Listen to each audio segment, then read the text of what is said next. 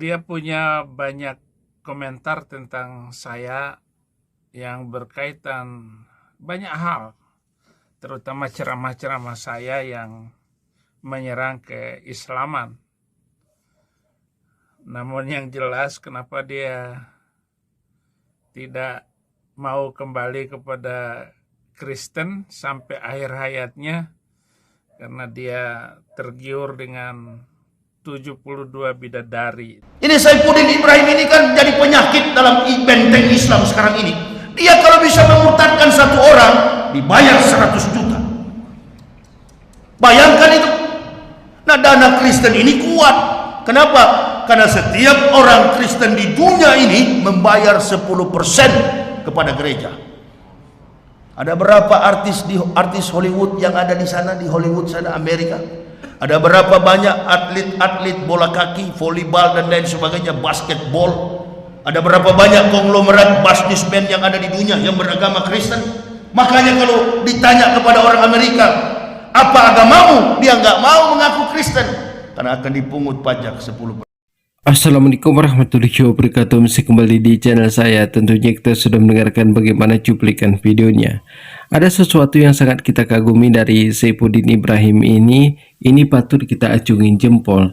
Yang kita kagumi dari Saifuddin Ibrahim adalah ketika Ustadz Ehwaloni sudah meninggal, sudah dikuburkan, disitulah Saifuddin Ibrahim ini keluar-keluar seolah-olah mau menantang Ustadz Ehwaloni untuk berdebat. Tapi sebelumnya Saifuddin Ibrahim ini selalu bersembunyi. Jadi Saifuddin Ibrahim ini mengatakan apa alasan Ustadz Ehwaloni masuk Islam karena mengharapkan 72 bidadari. Tapi kalau kita bertanya, apa harapan Saifuddin Ibrahim masuk Kristen? Tentunya karena donasinya. Jadi kepada teman-teman di sini, jangan kemana-mana dulu, kita dengarkan bagaimana selanjutnya. Nah, awak ini kalau nak masuk Islam cari amplop. $13.000 di sana tiap bulan. From Stuttgart, Jerman. Pendeta itu digaji dari ujung kaki sampai ujung rambut, finansialnya kuat, status sosialnya dihormati. Semua pendeta itu didukung dengan kemampuan finansial yang maksimal. Untuk apa kalau hanya masalah uang dia masuk Islam? Istri saya aja pertama kali mau masuk Islam, pikir-pikir dulu Pak, masuk Islam nanti makan apa? Tuh, ibu-ibu tuh otak buang semua.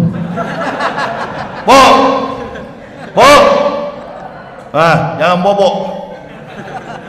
Banyak itu di belakang sana. Takut dia. Kamu kan pendeta ya? Iya, kenapa kalau saya pendeta? Kalau kau masuk Islam nanti mau jadi apa? Ya jadi pendeta Islam. Inilah sekarang jadi pendeta Islam.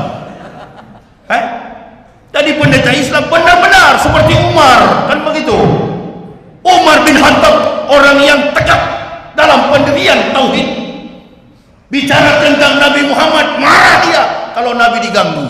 Padahal dia dulu pengganggu Nabi. Saya baca-baca buku Umar bin Khattab, sama dengan saya punya kisah ini. Orang nak pakai sorban begini, ketemu saya waktu pendeta, taplak meja dari mana dia pakai? Kurang ngajar betul saya. Orang pakai gamis, kain pintu dari mana dia rampok? Kurang ajar betul, karena saya kemana-mana pakai jas All England, dari bawah sampai ke atas semua barat. Sepatu yang 50 juta, dasi yang mahal-mahal. Dasi saya pernah ada 120 juta. Tinggalkan semua tidak berguna, ditukar dengan kebahagiaan akhirat. Ini Saifuddin Ibrahim ini kan jadi penyakit dalam benteng Islam sekarang ini. Dia kalau bisa memurtadkan satu orang dibayar 100 juta. Bayangkan itu. Nah, dana Kristen ini kuat. Kenapa? Karena setiap orang Kristen di dunia ini membayar 10% kepada gereja. Ada berapa artis Hollywood yang ada di sana, di Hollywood sana, Amerika? Ada berapa banyak atlet-atlet bola kaki, volleyball dan lain sebagainya, basketball. Ada berapa banyak konglomerat businessman yang ada di dunia yang beragama Kristen. Makanya kalau ditanya kepada orang Amerika, apa agamamu? Dia nggak mau mengaku Kristen karena akan dipungut pajak 10%. Kita ini cuma 2,5%, kadang-kadang disunat. Jamaah anak bertanya sama saya, Ustadz, benarkah orang Kristen itu kalau memberi banyak sekali ke gereja, nggak pernah timbang-timbang? Betul, saya bilang, logis. Orang Kristen kalau memberi dermahnya, perpuluhannya, ucapan syukurnya, nikmat zakat dan sedekahnya itu besar dari umat Islam. Kok bisa begitu? Kenapa kita umat Islam ini ada yang 2,5% malah disunat lagi? Ya saya bilang masuk akal, logis dong. Karena di sana kan kalau umat Islam memberikan, setan tidak mau. Setan larang kalau umat Islam memberi. Kalau di sana tidak ada yang larang, memang setan semua. Siapa yang mau larang? Hah? Masuk gereja, duduk dalam bangku gereja, ibu bapak bisa bersentuhan paha. Oh, mantap. Duduk sama-sama. Kita nggak boleh. Tuh. Tirai. Masya Allah, bersuci dulu sebelum masuk masjid, ke sana dulu. Ekseleji, etika, logika, estetika. Al-Islamu yadu wala yula alaihi. Agama Islam agama yang tinggi, etikanya dia menang, logikanya, Qurannya tidak bisa disentuh oleh tangan dan otak kotor. Alhamdulillah kita sudah mendengarkan apa yang dijelaskan oleh Ustadz Ihwaloni. Jadi buat teman-teman di sini, setelah Ustadz Ihwaloni nggak ada, Saifuddin Ibrahim dan Pendeta Esra Soru, di sini mereka ini keluar-keluar seolah-olah mau menantang Ustadz Ihwaloni untuk berdialog. Ini kan aneh, orang yang sudah nggak ada, orangnya sudah dikuburkan, jadi masih mencaci maki juga mereka ini untuk Ustadz Ihwaloni.